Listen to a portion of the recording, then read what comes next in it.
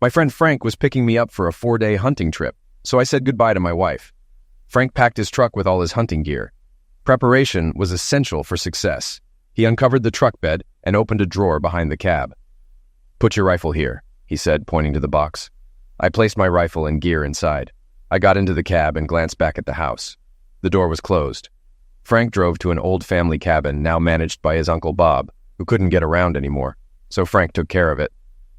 "He's made major improvements," Frank said, "like better insulation and a more efficient wood stove, so we won't need parkas all the time." "This season, he added a satellite dish for TV and internet," Frank continued. "There's no reliable cell coverage, but you can use WhatsApp over Wi-Fi if you want to call Maeve." "She doesn't expect a lot of contact," I replied, "and I like being out of touch, so I won't mention the internet." We watched SportsCenter during dinner. Later, I read a John Sanford novel while Frank used his laptop. We were sipping our second beers of the evening. We weren't just out for a drunken boys' trip. We wanted to test ourselves against nature and hopefully get some venison. "Oh, crap!" Frank suddenly exclaimed. I closed my book, looking at him. Frank's eyes were glued to the screen as he scrolled. "Holy double crap," he said, then looked at me with doubt on his face. I bookmarked my page. "What's up, Frank? Was he reading the news? Did something happen to Maeve?" His voice dropped. "Oh, crap. You need to see this." He turned the laptop toward me. I got up, crossed the room, and sat down. I expected a terrible headline, but it wasn't a news site. It was a social network. On the screen was a picture of Maeve smiling. I always thought her smile looked evil. I looked at Frank. "What the hell is this?" "Sorry, Matt, it's a dating site," he replied helplessly. "A dating site?" I couldn't believe it. After Tracy and I broke up, I was in a bad place. For months, I did nothing. Eventually, I started using Tinder and other sites to meet women. I stared at him. "Some of these sites skip dating and go straight to hookups." Frank lightened up. "I did get lucky a few times, but there are wives on there too." "Wives?" "Yes, some wives and many husbands looking for fun on the side." I looked back at the screen. Another picture of my wife appeared. My gut clenched. Look, Matt, I've seen a lot of fake profiles. They use women's names and images without their knowledge.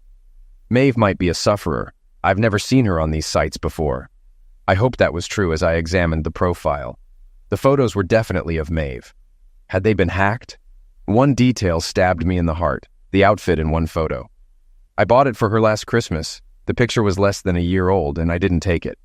I started reading, "Can you help me with my daddy issues? And I don't mean sugar daddy.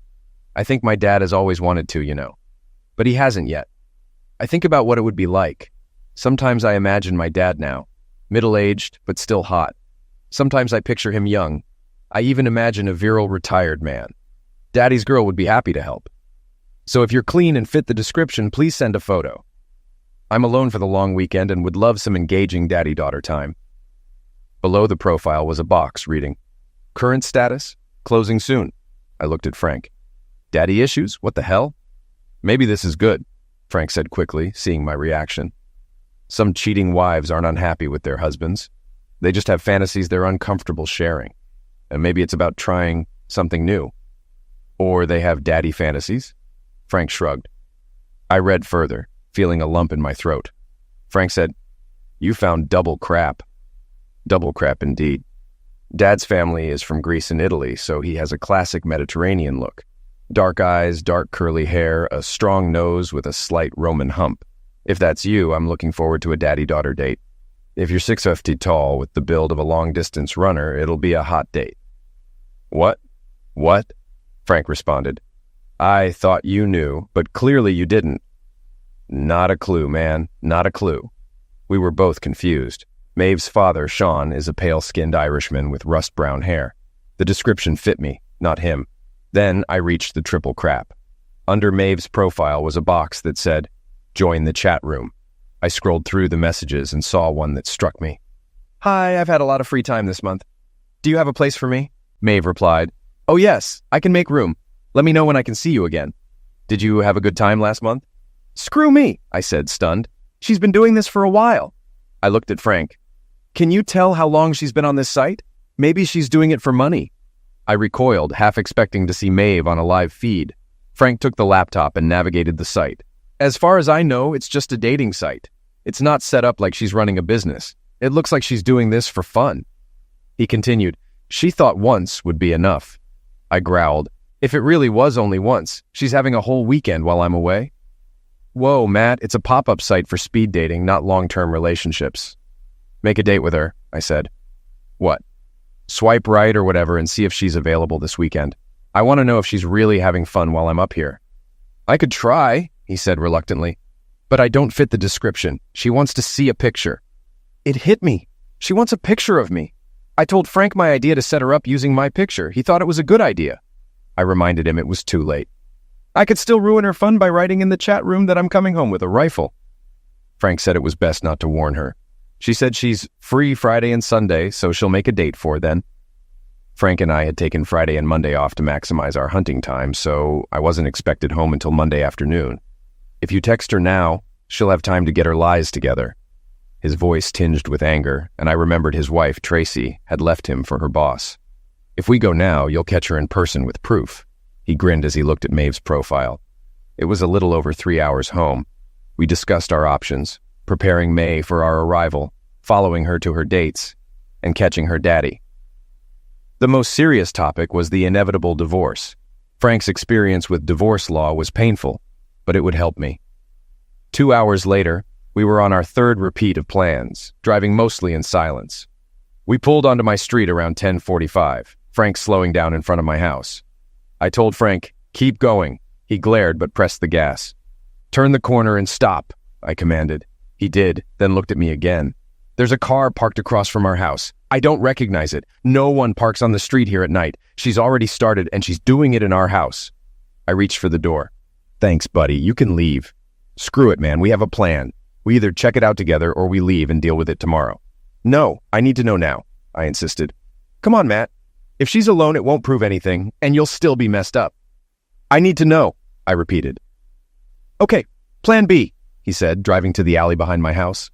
Frank spoke forcefully. "Whether she's alone or not, we look around, then go to my place. My divorce taught me to think hard before reacting." He added, "Figuratively speaking," remembering my rifle in the truck. Of course, I thought. Frank parked, and we walked silently towards my house, staying in the shadows.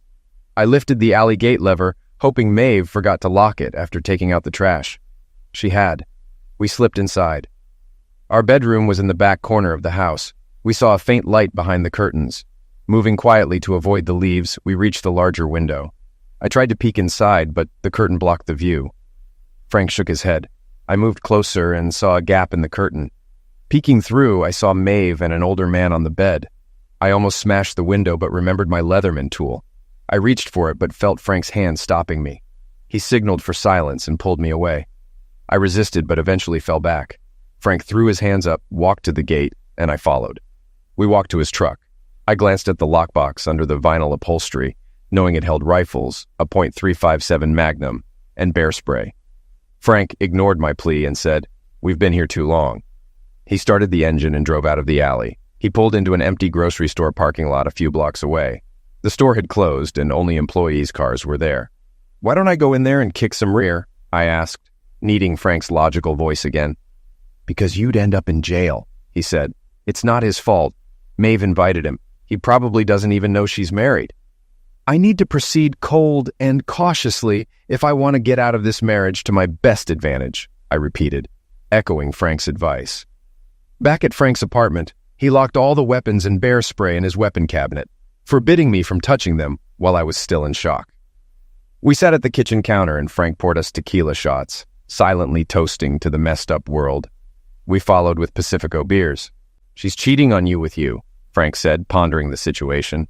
"Maybe she's trying to rekindle the spark from when you first met. I wasn't 55 then, and our bed hasn't gone cold. Maybe she loves you and only wants more of you. Maybe daddy is how she explains it." I shook my head, dismissing the idea. Frank continued, suggesting opening up the relationship to control the situation. I gave him a look that said, "Not happening," and asked for another pour. We overslept Friday morning but resumed our plans. Frank drove me to a car rental agency where I got an unassuming sedan. Then I went to a bank Maeve and I didn't use and opened a checking account with money from our trip. I transferred half of our savings and 20% of our checking to the new account. The banker, Jim, reminded me to leave enough money in our joint account for mortgage, car loans, and credit card payments to protect my credit. He helped me set up the bank's app on my phone. Next, I went to a T-Mobile store and bought a dual SIM phone with a top-of-the-line camera. I didn't change our family account to avoid alerting Maeve. Frank convinced me to use our time until Monday to my advantage, despite wanting to confront her immediately. "Sir, is everything okay?" I blinked and realized I was still at the T-Mobile table. The employee was explaining how to switch between SIM cards, and I had been lost in dark thoughts. "Sorry," I said. "I banged my knee yesterday and it's causing sharp pain." "Oh, that doesn't sound good," she said skeptically. "I hope you feel better soon." She continued her explanation and I left the store, limping. Frank and I met at Starbucks and discussed the next phase of our plan over coffee. We then headed back to my neighborhood. We left Frank's noticeable truck in the same supermarket lot as last night, now filled with cars. Frank drove us in my rental to my house. This time my car was in the garage, but Maeve's car and the red Hyundai Accent were gone. We reached the alley and I jumped out and entered through the back gate, which Maeve still hadn't locked. I thought about reminding her to lock it, but then I realized I was lucky she didn't. Entering through the front door might alert neighbors, so I stuck to the plan. Frank took up his position in the supermarket parking lot. We usually got home via Tompkins Parkway and 3rd Street, keeping an eye on the house. I felt a bit paranoid since Maeve was supposed to be at work, but caution was key. I unlocked the back door and entered the utility room. Using a pole, I lowered the attic ladder. As I poked my head through the hatch, the walkie-talkie on my belt beeped twice. Frank signaled that he was in position. He would beep every 10 minutes as a countdown. I jammed the transmit button briefly to confirm our connection.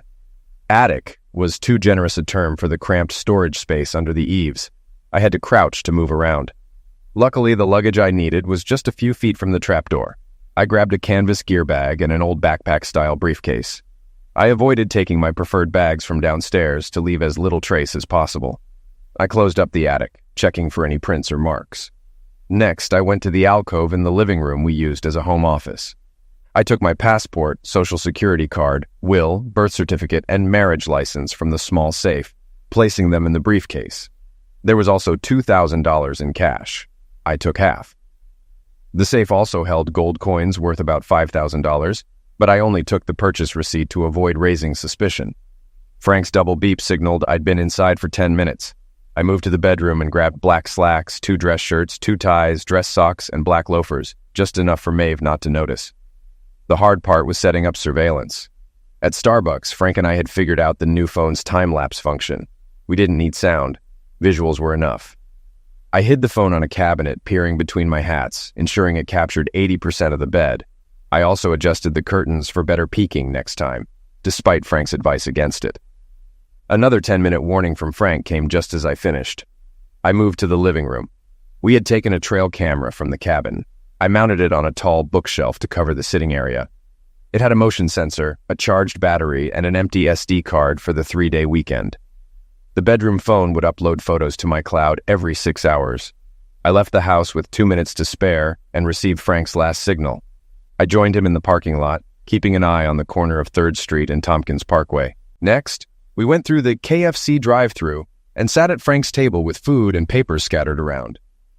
We each had notebooks with to-do lists, resembling a hostile takeover planning session. I wasn't hungry, but nibbled on chicken tenders and fries. More interested in the Jack Daniels Frank added to my cola. "Okay, you should text her," Frank said. "Gotta keep things normal."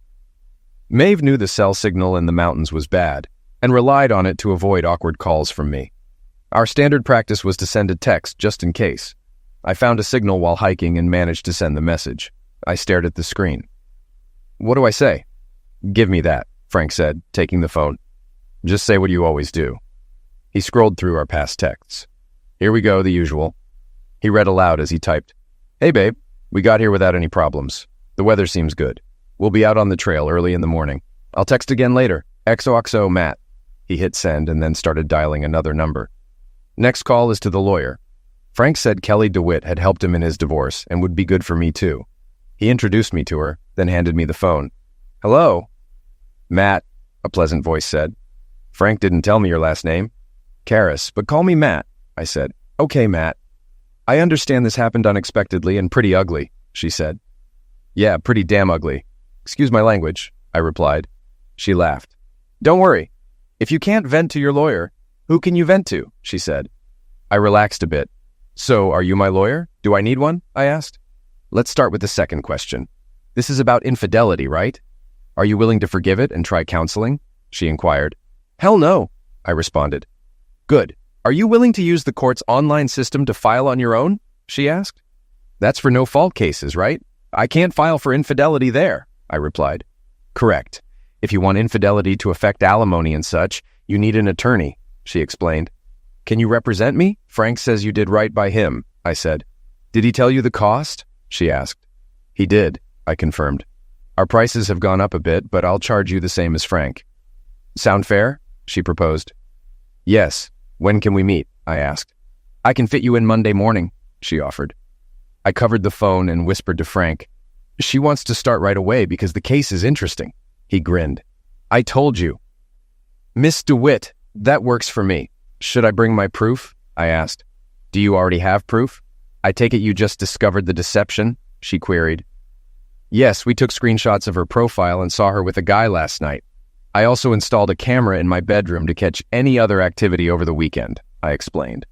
So she advertised online for partners. Interesting, she noted. And she was looking for guys who look like me, I added. Just to clarify, haven't you gained a lot of weight since you got married? She asked. No, I replied. I'm 6 feet tall and 180 pounds, 5 pounds heavier than when we married. I lift weights and run regularly. Good to know. We'll talk more on Monday, she said. Good. That's good to hear. Okay, Matt. After we hang up, I'll open a secure data transfer site and send you the login code. Frank knows the portal address. Send me any evidence you have, and I'll review it before our meeting at 11 o'clock on Monday, she instructed. 11 o'clock Monday? Yes, I'll see you then, I confirmed. And Matt? She added. Yes, I responded. Avoid your wife until we meet. Don't return home. I only practice family law, not criminal law, she advised. Okay, I paused. Okay.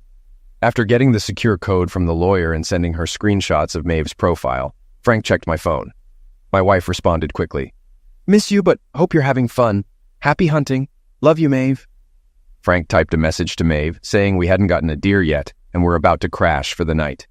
He then put the phone in his safe, explaining it would act like a Faraday cage. I'll press send, but the signal will be blocked. Then I'll turn off the power. When you turn it back on later, it'll look like the message was delayed by a bad signal.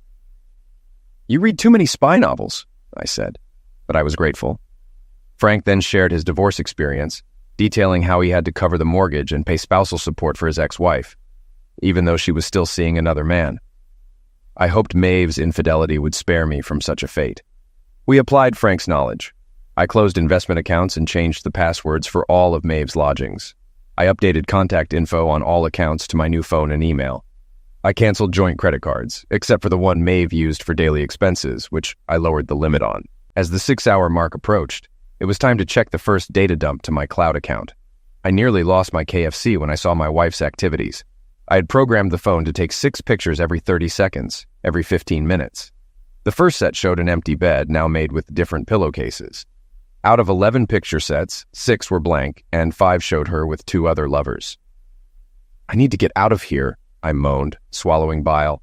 Yeah, Frank agreed. Come on, I'll buy you a drink. No, I need to be alone, I said. I don't think that's a good idea, Matt, Frank said. Damn it, Frank, I need to throw up. I need to cry. I need to be alone, I insisted. I understand, but getting caught driving drunk or getting into trouble won't help, Frank advised. I assured him I'd avoid bars and home. Just get on the highway and drive, he suggested. He reluctantly agreed and sent pictures of every daddy to Kelly DeWitt. Before I left, he reminded me to turn on my phone so Maeve would get my message and he could check on me. I thanked him and headed out, promising to stay away from booze. I drove 30 minutes north and back to let night fully set in. The supermarket was still open, so I parked and walked to my house, entering the alley behind it. The back gate was locked, but I climbed over the fence. I crossed the yard quietly and peered through the gap in the curtains. Maeve was now in bed with someone. As I moved toward the back door, my phone beeped with a message and then a call from Frank. I dismissed it and continued. Suddenly I heard, "I see you, idiot," from the darkness. It was Frank standing in the bed of his truck. "Get over here or I'll start honking," he warned. I crept to the fence, making more noise than I liked. I didn't want the neighbors calling emergency. "What the hell?" I hissed. "She's in there with some toy soldier. I'm going to teach him some manners," Frank declared. Get out of here or I'll call the police myself, I threatened. I climbed over the fence into his truck bed. We drove quietly away and stopped at a bar on Tompkins Parkway, 2 blocks from the supermarket. We sat in a back booth and Frank made me drink a shot of Jim Beam and take a long sip of Bud before letting me talk. I've had enough. She's turned my house into a strumpet house. I'll never sleep there again, but I'll be damned if I let this disrespect continue, I vented. Okay then, let's stop it, Frank said, catching me off guard. What? I asked. Give me your phone. He took it, went to my contacts, and called Maeve. He put it on speaker. After 5 rings, she picked up, gasping. Matt, why are you... what a nice surprise. You must really miss me, Maeve said. Hi, Maeve. It's Frank, Frank responded. Frank? Why are you calling? Is Matt okay? She asked, concerned. He's had a little accident. It's not too serious, but I might take him down the mountain tonight. Just wanted to let you know, Frank explained. Oh my God, what happened? Can I talk to him? Maeve asked, panicking. Calm down, it's not that bad. He fell and hit his head on a tree branch and is sleeping with an ice pack. If he acts weird, I'll take him to the hospital, Frank assured her. Do I need to come? She asked. No, like I said. Frank ran his thumb over the microphone and dropped the phone under the table. So there's no reason. Frank, I didn't hear that last part, Maeve said, confused. Frank stroked the microphone once more. Lie? 1 bar now, Morrow. Then he cut the call off. Okay, Frank said. We've stopped it. I laughed for the first time in 24 hours. After hanging up, I needed to know if the prank worked. Frank was sure Maeve would throw out the soldier and cancel her dates if she thought I was hurt. As we walked from the bar to my house, Frank mentioned that Maeve likely made her visitors park outside the supermarket to avoid suspicion. How considerate of her, I grinned. Shh, I think that's him, Frank said. Ahead, a man in an army uniform was walking toward us. Frank positioned himself between us. Good evening, Frank addressed the soldier, who grunted in response. Frank stopped and turned, making the soldier halt and face us. He looks like you when you were younger, Frank said to me. The soldier furrowed his eyebrows. Then his eyes widened as he looked between us. Young daddy, meet your real husband, Frank said. You like married women, don't you? I growled. Frank took a step in front of me. Down, boy, he said, clearly for the soldier to hear. Didn't you notice any pictures that looked like an older brother when you were at that married woman's house? Frank asked. Now I saw his anger. My buddy had been calm, but facing this situation, his own pain surfaced. She said she's divorced, the guy stammered. Not yet, but soon, I growled. Oh, crap. He started to run. I knew I could catch him, but Frank stepped in front of me. No, man, no. For the second time in 2 days, I almost pushed my best friend aside, but then I saw the misery on his face. I lost Tracy to a cheater. I don't want to lose you too. I relaxed, but still wanted to go after the soldier. You've already lost the main battle, kid. If you attack him, you'll win a small one, but lose the war. It'll just make you look like a fool and could land you in jail. I slumped. Maybe I'll punch him up later, I said. In 6 months, after we give you an alibi. Frank grinned. We sat in my rental car in the store parking lot. Maeve had kicked the soldier out, and Frank believed we had stopped her cheating. Frank was tired of my obsession, but agreed to give me an hour. We spent half at the bar, sipping beers, then returned to the car. A Nissan Sentra with out-of-state plates pulled in, and a guy got out. He read the street signs under the streetlight. He looked like me. A cousin, perhaps. He headed up 3rd Street, and I ran up 2nd, planning to circle back to my house. Frank followed him to prevent me from confronting him. I waited at the corner of Maple and 3rd. The guy checked the house number, then walked to our front door. I hid behind a tree, watching. He rang the doorbell, and Maeve partially opened the door. I couldn't see her, but heard her voice. Too quiet to understand. The door closed after a few seconds, and he knocked loudly. Maeve opened it on the security chain and said, I'm sorry, but it's off now. Please leave before I call the police. The door slammed, and I heard the deadbolt click. The guy stood there, realizing he had traveled far for nothing. What the hell? Hey, cow! He cut his rant short when the porch light next door came on. As the door opened, he spun and walked quickly to the sidewalk. Curious retirees saved me from being seen. I stayed hidden while old Virgil Leonard looked out and saw the man walking away. Once it was clear, I hurried down 3rd Street, resisting the urge to knock on my front door.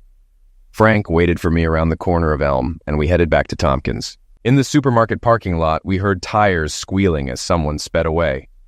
Anger and driving don't mix, Frank said. Very dangerous, I agreed. Saturday morning, after a restless sleep in Frank's guest room, I reviewed the camera footage from the night before. Maeve had been restless too.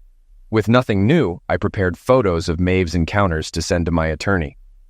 Should I include the video I took through the window? I asked Frank. Hell no, he replied. What you got from the other camera is enough. Let's not mention going into the house. Think that toy soldier freaked out? I asked. Sending the pictures? Frank grinned. Probably. Then he frowned. I hope he stops showing off before he meets a husband with an unlocked weapon. Thanks for ruining my mood. Let's send Kelly her alarm call. That should cheer you up. Turning on my phone, I saw a dozen messages and missed calls from Maeve. I called her. Hey babe, it's Matt. Sorry Frank scared you. I'm fine now. I'll stay as planned and see you Monday night. Love you.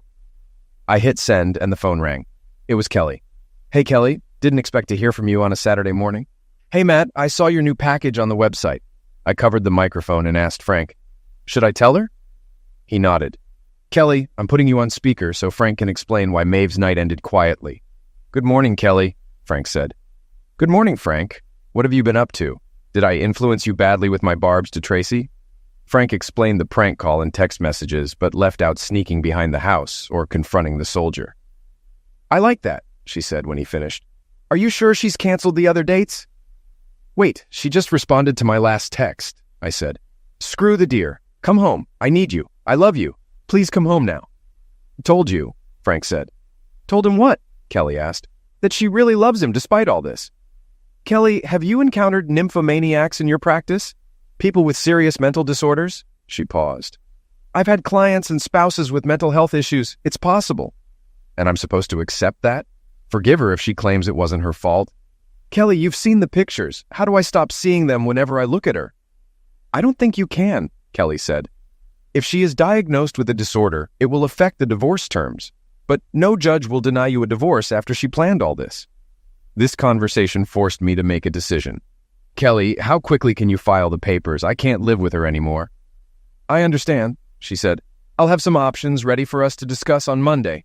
We'll likely need to meet with her and her lawyer before deciding. Okay, but what do I tell her Monday night when I don't come home? You won't tell her anything. I'll handle that. So what should I do now? I asked. I've reviewed your actions and you seem to have it covered. Anything more might backfire. So sit tight, be patient, and don't do anything rash. Frank grinned and said, I'm doing my best to keep him from that, but he keeps trying. By the way, Matt, didn't you say you were still good for 10K? Frank and I froze, wondering if Kelly was referring to my stamina. Yeah, I think I said something like that, I replied cautiously. Good, run along then. Bye, boys. She hung up. Maeve called again and I turned off my phone. Following Kelly's advice, I went to buy new running gear, as I hadn't brought any on the hunt. Frank joined me for a run, but we stopped at 3 miles beyond his comfort zone. I still felt restless, so Frank suggested another way to vent. We put the rifles back in his truck and headed to a shooting range, an hour away, to practice. I shot much more than Frank, so he finished cleaning his rifle first and talked to the range master. They glanced at me a few times. What did he say? I asked Frank on the way back. He asked if I could keep you from shooting anything but paper targets. I said I could. Frank moved my rifle to his weapons safe as soon as we returned to his apartment. The weekend was torturous, with Frank keeping me occupied.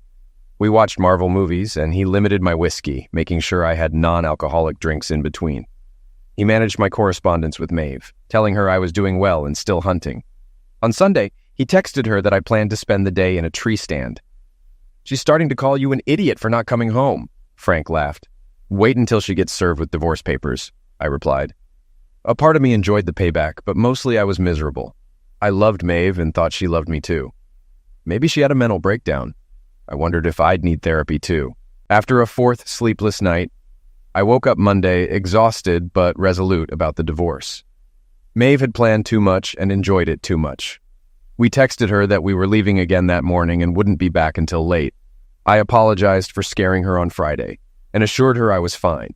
We did this from the supermarket parking lot near our house. Her response was quick. You let me suffer all weekend and still can't give up that deer to come back early.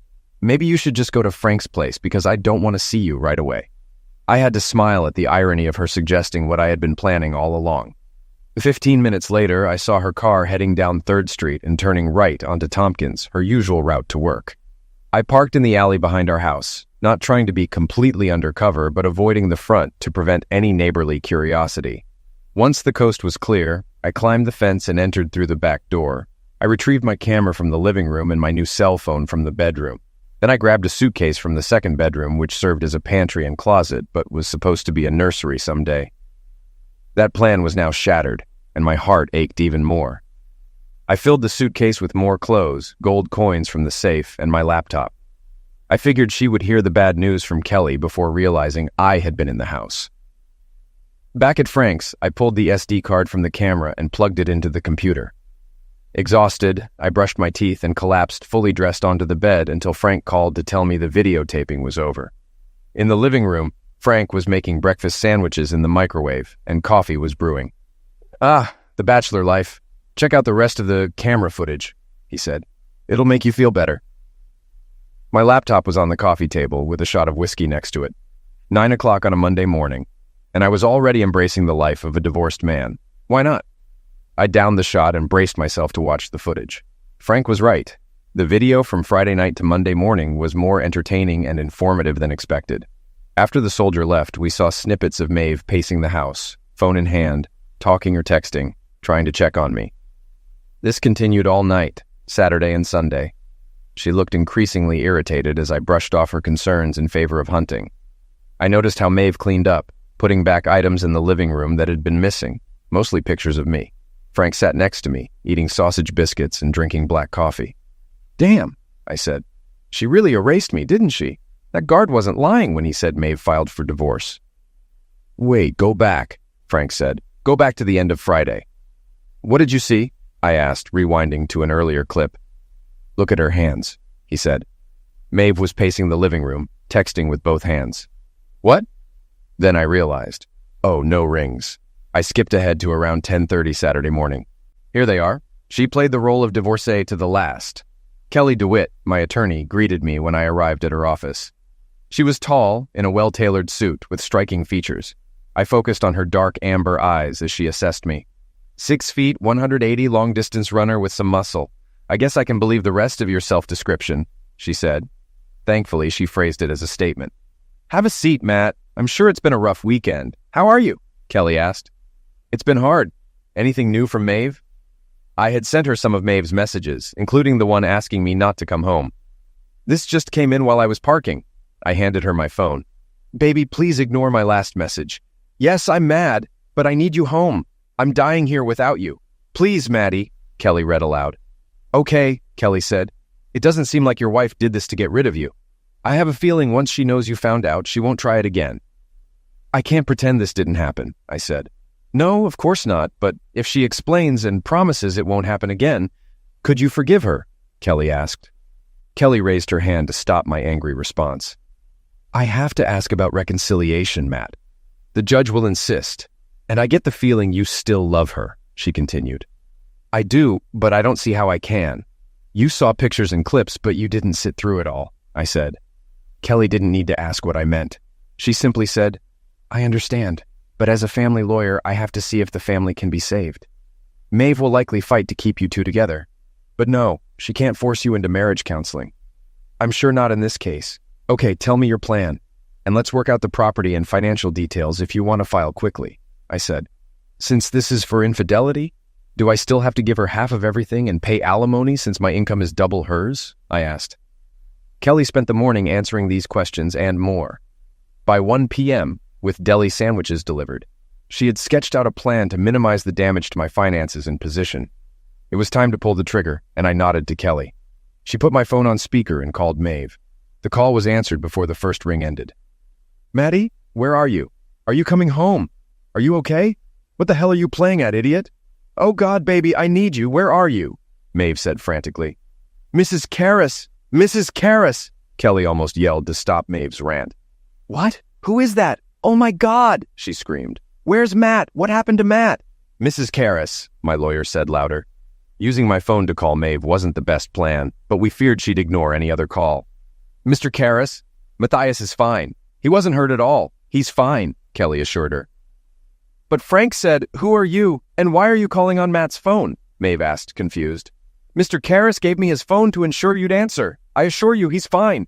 Mr. Spinner's reports were a hoax. I apologize for the fear they caused, Kelly explained. Kelly stuck her tongue out at me. A prank? What's going on? Who are you, and why are you calling my cell phone, Matt? Maeve demanded. Mrs. Karras, I'm using Mr. Karras's phone with his permission, and this call is being recorded. Do you mind? Kelly said as Maeve's voice trailed off, still angry and puzzled. Why is it being recorded? Who are you? Maeve asked. My name is Kelly DeWitt, an attorney with Green Family Law in Springville. Your husband, Matthias Karras, has hired me to represent him in the dissolution of your marriage, Kelly stated. The dissolution? Maeve repeated, stunned. Yes, Mr. Karras wants the dissolution to be quick and private, Kelly confirmed. A sordid affair? I imagined Maeve stunned, able only to repeat Kelly's words. Yes, Mrs. Karras. Normally we'd serve you with divorce papers, but Mr. Karras hopes to reach an agreement outside of court. Please contact your attorney as soon as possible, Kelly instructed. Attorney? Maeve echoed. Yes. Do you have a pen and paper? I'll give you my contact information, Kelly offered. No, I don't, Maeve replied. I'll send you a message with my contact information. After that, the phone will stop working, and you won't be able to contact Mr. Karras through it, Kelly explained. But I need to talk to Matt. This is all wrong. We love each other. Is he there? I need to talk to him, Maeve pleaded. I'm sorry, Mrs. Karras, but Mr. Karras isn't ready to talk. Have your lawyer contact me. Goodbye, Kelly said firmly. Kelly hung up as Maeve began to speak. That went well, Kelly said, sending a text with her office information to Maeve's phone before disconnecting it. Her words were sarcastic but sounded sad. Are you okay? I asked, feeling the odd role reversal. I like protecting spouses from misuse, but cases like this make me sad and tired. There's something strange going on here, Matt. I think you're doing the right thing, but I don't sense vindictiveness from your wife. For whatever reason, maybe an uncontrollable dependence, she's blown up her life. And neither of you will be happy. Screw me, I'm not even 30. Have I already seen the last happy day of my life? Kelly shook her head vigorously. No, it sucks now, but it's not the end. We'll connect you with a therapist. If you take counseling seriously, you'll recover faster. Frank waited too long for counseling, and it cost him unnecessary pain. Don't make the same mistake. Yeah, it cost me, Frank confirmed a few hours later, as we ate chicken wings, shrimp, and Bloody Marys at a downtown sports bar. I thought therapy was just psychological nonsense, but I ended up wallowing in my own mess like a clogged toilet. You talked to me for a while, and you could have talked more, I said, trying to ignore his metaphor. I know you had my back, but seeing you and Maeve so happy hurt more than it helped, at least until I got outside counseling. But why? I asked. Because you and Maeve seemed perfect, and it made me grieve for what I'd lost. Realizing I'd been living a lie for so long hurt even more. I sipped my drink, unsure of what to say. After seeing Kelly's therapist, I could finally see you two as a sign of hope, instead of a reminder of my past. And now it's all turned out to be another lie, I said. Screw me, he muttered. Screw me, I repeated, raising my glass for a toast. We clinked quietly and drank deeply. Hey, Matt, have a seat, Kelly DeWitt said, this time in a small conference room with papers spread out on a table. It was Tuesday afternoon, and I had taken the day off after updating my work information on Monday. I spent most of the day at Frank's, searching for a new apartment since I couldn't live in my ruined house. I ran 5 miles in the morning and another 3 before meeting Kelly, hoping the endorphins would help me stay calm. Kelly had talked to Maeve that morning, and she said I needed to hear what Maeve had to say in person. When the receptionist led me to the conference room, I half expected to see Maeve and her lawyer waiting. Kelly laughed lightly, waving me into the empty room. No, just us. We needed space to work. As I sat down, she added, Maeve wanted to be here to explain, but if this were a TV show, it would be a classic showdown. Glad it's not television, I said. Kelly gave me a wicked grin. As I thought about our meeting the day before, I realized I was glad she wasn't like Maeve at all. I think you'll be surprised, Kelly said, but it would be better if you heard it from Maeve. Stop escalating the situation, I said. Hear what? That she did it all for you, Kelly replied. I'm sure she got more than she expected, I said, shocked. What the hell? I barely stopped the profanity. The smirk disappeared from Kelly's face, and she placed her hand on mine as they clenched into fists on the table. She claimed I was some kind of willing, betrayed man, I added. My voice rose, and I started to stand, but Kelly grabbed my wrist. No. Oh, God, Matt, no, I'm sorry. I didn't think you'd take it that way. I'm really sorry, Kelly said, trying to calm me. I relaxed slightly and stared at her. Maeve didn't say that. She's very upset that you've found out and left her. Left her? I hadn't thought of it that way, but yes, I admitted. Then what did you mean by, she did it all for me? I asked. The baby, Kelly said quietly. It hit me. We'd been trying to have a baby for 11 months. She found someone like me to get her pregnant since I hadn't succeeded yet. She wanted a baby desperately, and I hadn't realized she was willing to go to such extreme measures. She was doing this to get pregnant? I asked, seeking confirmation. Yes, Kelly replied, pushing some pages toward me. It was a lab report from 3 months ago, ordered by Maeve's gynecologist. It took me a moment to realize that Dr. Wellborn had provided 2 samples from patient 25473, both with low counts. Am I patient 25473? I asked. Kelly nodded. But how did she get the samples? I asked, seeing Kelly's embarrassment for the first time. She secretly took samples for analysis when you couldn't get her pregnant after 6 months, Kelly explained. Instead of talking to me, she found guys who looked like me and accepted their donations the old-fashioned way, Kelly continued. She said your insurance didn't cover art, which is expensive, and you'd already used your savings to buy the house. I leaned forward, my forehead on the desk. That means I won't have to pay child support if her plan works, right? Kelly looked even sadder. You'll still need to get tested since you're low, but not zero. Why not? What's wrong? I asked. Maeve realized she was exposed and you're threatening divorce, so she went to her OBGYN for the morning after pill, Kelly said. But today isn't the morning after. She was with her first guy Thursday night, I said, confused. Dr. Wellborn confirmed it. Maeve asked her to call me, Kelly explained. Maeve had gone to extreme lengths to conceive, but now, knowing I wouldn't raise someone else's child, she was erasing the mistake. It was all so sad. Then I realized another detail. She did this just before my hunting trip. She was preparing to get pregnant and would have been with me on Monday to reinforce the idea. God knows what diseases she picked up, I said. Kelly held my hand reassuringly. STDs are a concern, but Maeve was thinking about that too when she made the appointment. Matt, after our meeting yesterday, I reviewed the security footage and noticed something strange at the beginning of her visits. She'd often look at the smartphones of her visitors. She did this a month ago too, Kelly said. Oh crap, I muttered. What? Kelly asked. She did it a month ago too. I still have to take the test, I said. Uh-huh. She admitted it was the first and only time. When that didn't work, she tried again during your hunting trip. She planned to return to Fidelity afterward, Kelly explained. I thought we agreed we wanted at least 2 or 3 children, I said, shaking off the heartbreaking thoughts. Did you say something about the camera footage and STDs? Yes. Did you notice how she often checked her visitors' smartphones shortly after they arrived? Kelly asked. Yes, I figured she was checking their invites, I replied. She was checking their current STI and HIV test results, Kelly clarified. Disbelief showed on my face. They get tested regularly? Yeah, they do, Kelly continued. So what? I asked Frank later over pizza and beer. Do you get tested regularly and carry the results? Actually, yes, I do. I always use protection and I carry the labs with me. If I start dating again, I'll probably have to do that nonsense too, Frank said. When you start dating again, he emphasized. But yeah, I'd recommend it. Man, I gotta say, he continued, I'm surprised Maeve's lawyer let her spill so many details early in the negotiations. She doesn't have a lawyer yet. Kelly found her outside her office this morning and insisted on talking. Kelly advised her to get a lawyer, but Maeve was convinced that once I knew the truth, I'd call off the divorce. And how did that work out? He asked wryly. Kelly said Maeve believed her plan made so much sense that I would come home tonight. Frank handed me another beer as we sat in his apartment. I planned to stay there until deciding if I could live in the same town as Maeve, let alone the same house. A week and a half later, I was back in the conference room at Green Family Law. Kelly and I sat on one side, Maeve and her attorney on the other. Mr. Karras, Miss DeWitt, said the balding lawyer, we have 2 problems. First, Mrs. Karras wants to stay married. Second, if reconciliation is impossible, the proposed agreement is insufficient. It suggests a 50-50th division of property, but doesn't include all marital assets, and the proposed spousal support is too low and short-lived. Kelly tapped my foot under the table, signaling, I told you so.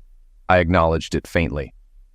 Mr. Philpott, Kelly interjected, Mr. Karras has agreed to pay 60% of your fees as part of the assets.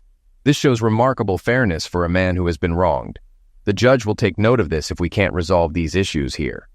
I wanted the case over with and for Maeve to be treated fairly, not to get half of everything but to avoid living in a disadvantaged area or moving in with her parents. She refused to get a lawyer, thinking we shouldn't divorce.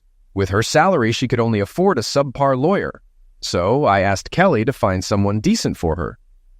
And, Kelly continued, what about my client's quality of life? You've seen the evidence, Mr. Philpott. Imagine what he goes through every night with those images in his head. It was dramatic, but Kelly wasn't exaggerating. I struggled with therapy, although Kelly and Frank assured me it would help. Ironically, the psychiatrist's consultation was covered by my health plan, unlike Art, which could have prevented all this. I'm so sorry, Maddie, so sorry, Maeve sobbed. Philpott squeezed her hand again. Miss DeWitt, Philpott said, while I sympathize with Mr. Karras, our state's laws don't consider these matters in dividing marital property or awarding spousal support. Mr. Philpott, Kelly snapped, if your client doesn't agree to the negotiated offer, we won't file it. If we go to court, she placed her hand on a thicker pile of papers. This petition will be filed on the grounds of your client's infidelity. The settlement terms here are much less generous. I saw his hand tremble as he wanted to open the package, but held back. Okay, I'd gotten Maeve fair representation. While making this case public would embarrass Mr. Karras, it would be even worse for Mrs. Karras, especially since we will subpoena the names of all participants in her affairs and conduct a paternity test on the child she tried to conceive with them. Maeve gasped, then made a sound of deep sadness. Okay, stop it, shouted an indignant Philpott. There's no need to be so rude, Miss DeWitt. Mrs. Karras took measures to avoid conception despite wanting a child with Mr. Karras, a desire he shared. My baby, our baby, I whispered. Kelly placed her hand on mine and pressed her foot against mine. But it would be ours, Maeve exclaimed. It would be ours, yours and mine. The lawyers agreed to a short break. Kelly took me to her office while Philpott led Maeve outside. As we reconvened, Philpott continued. Mrs. Karras took drastic measures forced by her husband's stubbornness to prevent conception, even though it could have been Mr. Karras's child. Kelly stood firmly, sensing my anger. Her next words were softer, directed at Maeve. We understand Mrs. Karras made a difficult decision and did the right thing under the circumstances. Mr. Karras and I recognize the pain she must be feeling. Kelly then turned back to Philpott. Unfortunately, it hasn't been determined if your client's intervention was successful. She may still be pregnant. We need to address this threat at the root. I glanced at Maeve, who looked pale, fearing she might faint. Kelly continued. The agreement states any such child would not belong to my client. Mr. Karras will take a paternity test to confirm this. If we go to court, we will demand the same from any potential fathers. Kelly wanted to add, if she decides to carry the baby, but I vetoed that. There was enough tension already. Maeve pressed her lawyer's hand. They had discussed their next steps. All that aside, Philpott said, we'd like to return to Mrs. Karras's first position, not to file for divorce. Instead, she and her husband should go to counseling and find a solution to start a family. Why couldn't she have done this from the beginning? I almost howled. Why not just tell me instead of cheating? Mr. Karras, Matt. Voices overlapped before I slammed my fist on the table. I stared at the surface and said through clenched teeth, I'm already in counseling. My therapist says the why question is like a funnel. I can't heal until it fills up. He suggested I ask Maeve to join a session, but now I need to know why you brought strangers into our bed instead of telling me about the problem. My client didn't, Philpott began, but Maeve interrupted. I didn't want to hurt you by telling you that you couldn't give me a baby. You're so into your physicality, and I didn't want you to think you weren't enough, insisted Maeve. Oh my God, am I really such an idiot? I asked, wondering if I'd missed a character flaw. No, she repeated. I said it wrong. She took a breath. If we could afford IVF, I'd have told you, but we couldn't. We wanted to start a family now. So it was about the donor, not breaking out of the monotony of marriage. Exactly, Maeve exclaimed. Why would I ever want to run away? So you didn't enjoy it? She flinched, but continued. Don't you see? Yes, I called them folders on my page, but they were really all you. Any memories were connected to you, like in those multiverse comic book movies you love. I could add the memories of doing it with you, younger or older, to the wonderful memories I have of doing it with you now. And when you thought back to those encounters, feeding the child one of those alternate selves had put inside you, you always thought of your real self, right? She grimaced at my words, but continued, "Yes, always about you." I turned to look at Attorney DeWitt, who raised her eyebrows in question. I nodded silently. She reached for the other folder, circled in red, the nuclear option. As I spoke, Kelly slowly pulled out a series of photos and placed them in front of Maeve and her lawyer. The 8x10 color photos were from the front and back cameras in the house, as well as a video I had taken Friday night while spying. Maeve's face turned from gray to green, and she barely made it to the trash can before throwing up. Our house on 3rd Street sold quickly. Despite owning it for less than 2 years, it had appreciated enough to pay off the mortgage and cover moving expenses. I moved from Frank's apartment to a work-friendly condo, and Maeve moved back to her hometown, though she managed to get a small apartment instead of moving into her childhood bedroom. She wasn't pregnant, and she found a decent job that allowed her a reasonable lifestyle. While the child support I paid for 5 months wasn't a huge strain, I was glad she wouldn't be destitute when it stopped after the 6th month. She brought this misfortune on both of us, and her betrayal still haunted me. She was the love of my life, and I knew her remorse and regrets were genuine. Her last letter said she still hoped for reconciliation, but that seemed unlikely. Therapy helped me dump anger and despair, and I no longer saw myself as a huge loser facing decades of dull monotony. As for Tracy, she ended up as a barista at a Starbucks, blaming Frank for her troubles, though there was no evidence to support it. The police cleared him, with witnesses and surveillance footage proving he was at a Foo Fighters concert that night. Looking ahead, once I pay the last amount of spousal support, I'll have fulfilled all my obligations from the divorce, and Kelly DeWitt will no longer be my attorney. When she found out I attended an art exhibit and enjoyed it, she said she wished our first date had been at the gallery too.